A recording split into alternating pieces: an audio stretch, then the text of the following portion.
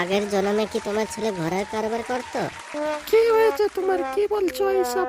তো তোমার ছেলে প্রতিদিন নাক ডাকে ঘুমাই কেন? আমার ছেলে যেভাবে ঘুমাক তাতে তোমার কি? বাড়ির থেকে বের করে দেবো কিন্তু। না, দেখি তুই কাকে বাড়ির থেকে বের করিস।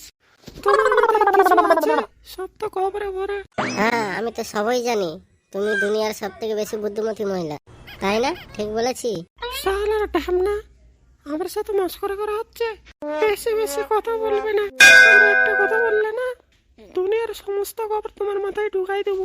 শালার ঢামনা বুড়ো। অনেক হয়েছে, যাও গিয়ে চা বানাও। কালকে চাই পাতি এনেছো, যে চা বানাবো? পানি গরম করে দিচ্ছি, হবে তো? তুমি চাইপাতি কিনে আনার কথা বলেছো?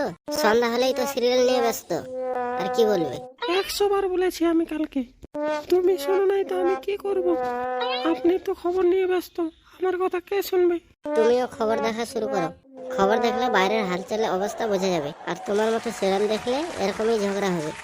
Good morning everyone. তোমরা এমন ঝগড়া করছো কেন? সব ঝগড়া তোর কারণেই হচ্ছে, এর প্রধান কারণ হচ্ছে তুই। আমি আবার কি করলাম? আমি তো কেবল ঘুম থেকে উঠলাম।